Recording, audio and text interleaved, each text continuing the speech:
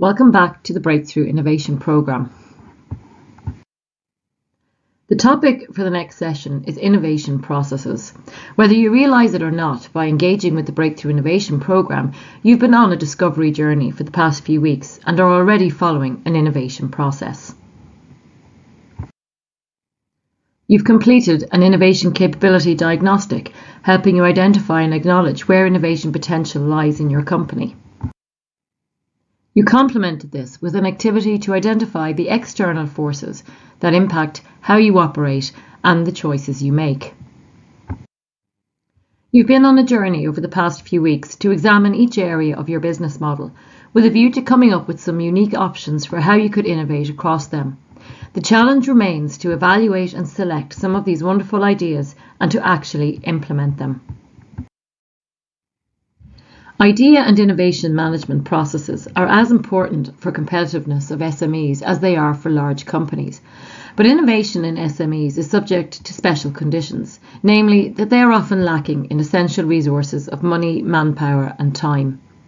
Hence, innovation management in SMEs needs to be lean, streamlined and goal-oriented.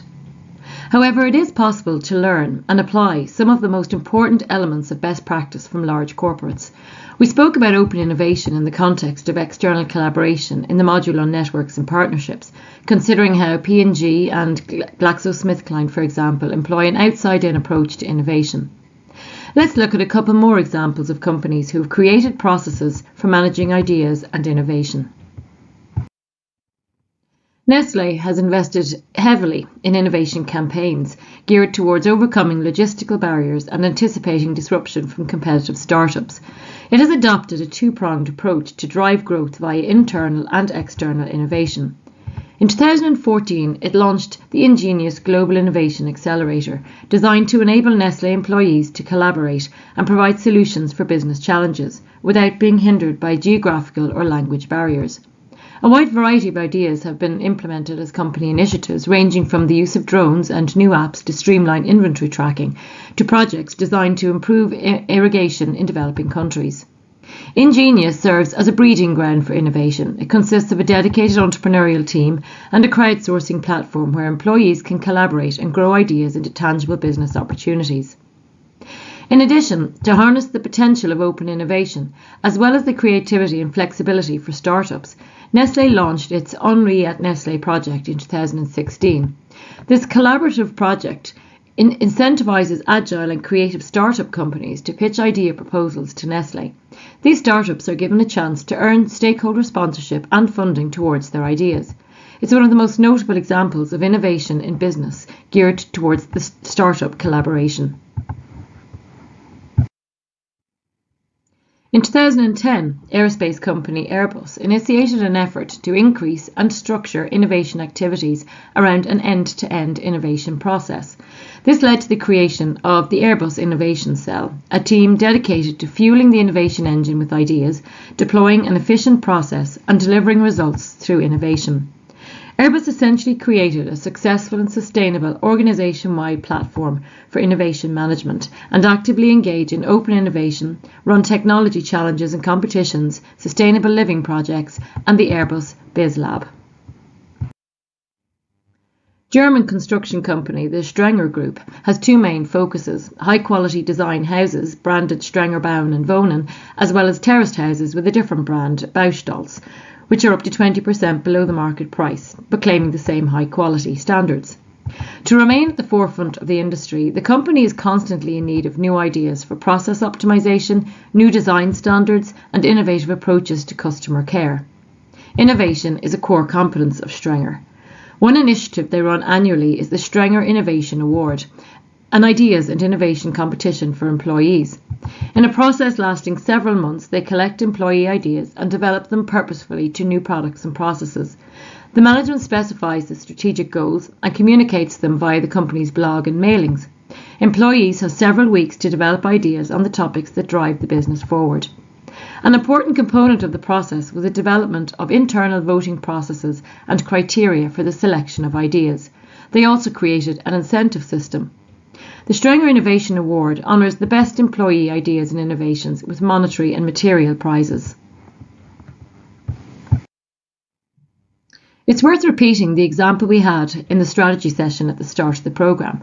Mayo Clinic uses a 5-phase process to vet innovation projects: scanning and framing to identify opportunities, researching and experimenting to develop insights, synthesizing to turn insights into concepts, prototyping to develop the concepts iteratively, and implementing to launch them into the world. Each phase is designed to diverge and explore a wide range of possibilities before converging on an opportunity, concept, and then prototype. As ideas progress, they steadily increase in tangibility and are awarded more development funds, helping to de-risk the investment that the clinic makes in building breakthroughs. So what can SMEs learn from large companies who have successfully implemented innovation processes in their companies? Innovation management has 3 pillars: alignment, people, and process, which are the key driving forces behind a successful innovation management program in any company.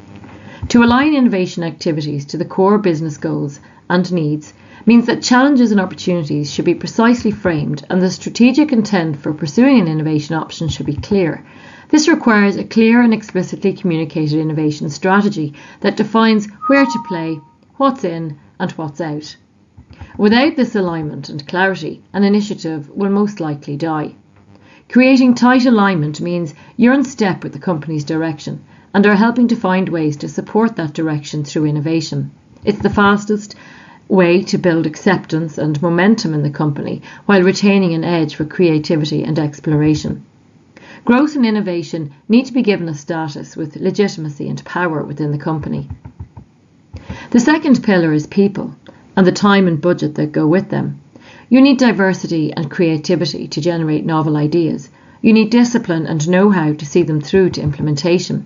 And you need to encourage and facilitate discussion amongst experts and multidisciplinary colleagues to bring other aspects and new perspectives to the problem analysis, including important issues, the effects of new trends and technologies, the results of any market research, and insights from a customer perspective. What kind of incentives do employees need? What motivates them to support an innovation management process? First and foremost, there must be no downside, no barriers to putting an idea forward, no requirement to write a detailed business plan up front, no barrier to experimenting, and no career risk if an idea fails. The incentive system should aim to ensure that employees are sustainably involved in idea and innovation management, rewarding the upside by finding creative ways to make innovation cool and prestigious, rewarding creativity, not just innovation outcomes. One possible method to motivate employees to think creatively is a gamification approach. So employees might collect points for activities such as entering ideas or commenting on ideas, reading blog posts, participating in the discussion of an idea or a concept, submitting ideas and also ideas that are successfully implemented. It's also possible to motivate teamwork by rewarding groups of employees. The third pillar are the processes that drive repeatable success with innovation management. They're also what enables innovation to be part of the day job. The right processes can turn a fringe innovation program into a systematic, widely adopted and sustainable business activity. The process includes the systematic development of ideas into concepts and the evaluation of ideas according to various criteria such as commercial or technical feasibility and risk, and also the selection of the best ideas. Delving deeper on process, we can summarise best-in-class innovation process into 5 stages: discovery, direction and problem framing, ideation, validation, evaluation and selection, concept development, and project implementation and launch. The stages are rarely linear as presented here, especially for SMEs, but rather proceed in parallel, but it's useful to understand what each stage entails. There are a number of factors which form the core essential elements in the first stage, be that for a large corporate or an SME. We've been working in this stage of the innovation process journey over the past few weeks. Innovation can't and shouldn't take place in a vacuum, so the first step in the innovation process is to consider the external context in which you're operating. The key external forces that drive and constrain your specific businesses will influence and inform what's required and what's possible from an innovation perspective. Similarly, your strategic direction, including your mission and your vision for the future of the company and the level of innovation ambition you have, will dictate how you frame the campaign for innovation and idea generation within the company and the criteria you use to determine which concept to pursue. Insights on your status quo across all areas of your business model, in addition to your customer jobs, pains and gains, go a long way towards steering which aspects of your business model could be ripe for an innovation initiative.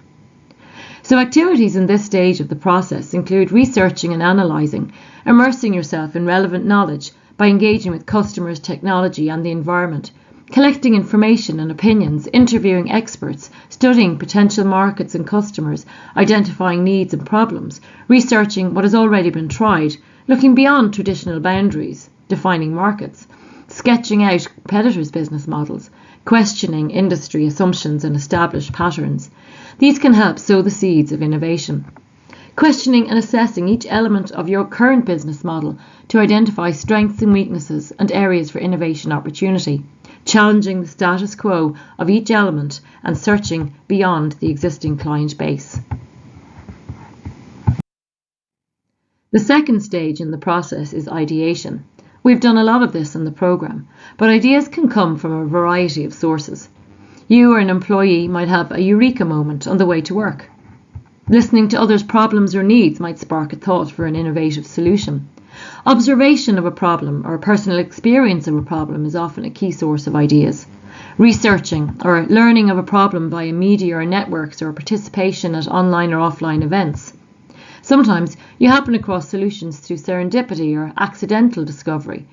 And the opposite end of the spectrum, in-depth knowledge or expertise or exploiting IP from a university-based research might be a catalyst for innovation initiative. Regardless of the source, for creative ideas to emerge, there typically needs to be expertise, so knowledge or know-how, creative thinking skills, flexibility, imagination and perseverance, and motivation, specifically intrinsic motivation, where there's an inner passion to solve a problem. And to move an idea forward quickly requires a combination of divergent and convergent thinking. So lots of ideas generated by individuals or very small groups and then filtered or combined and refined by larger groups. The third stage of the process, validation, evaluation and selection, is all about testing innovative options for feasibility and viability and selecting the best. Transforming the information and ideas from the previous phase into prototypes that can be explored and tested, compared and selected based on predefined criteria, taking time to explore multiple ideas in an effort to yield the best alternatives, experimenting with different elements, seeking alternatives, exploring the value of each possibility, testing early with external experts or customers, listening to the feedback, considering the input and refining your innovation accordingly. Pursuing bold ideas even in the face of critics or internal resistance by presenting a risk-reward analysis and clarifying uncertainties. Including people from different functions, levels and areas of expertise to ensure consideration of concerns and circumvention of potential roadblocks or obstacles.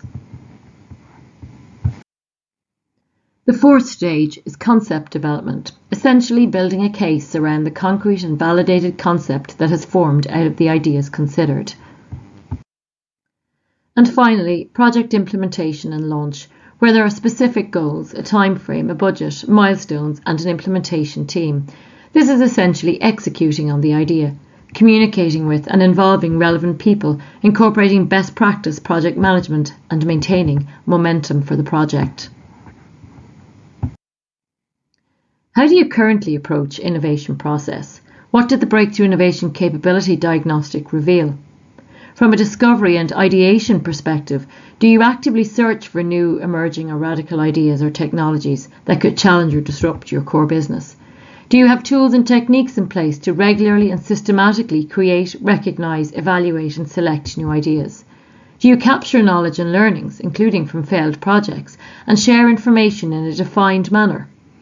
From a management perspective, is there a structured stage gate process in place for managing innovation projects? Do you have a process in place to minimise time to market for innovations, or a formal process to identify, capture, protect, manage and exploit IP?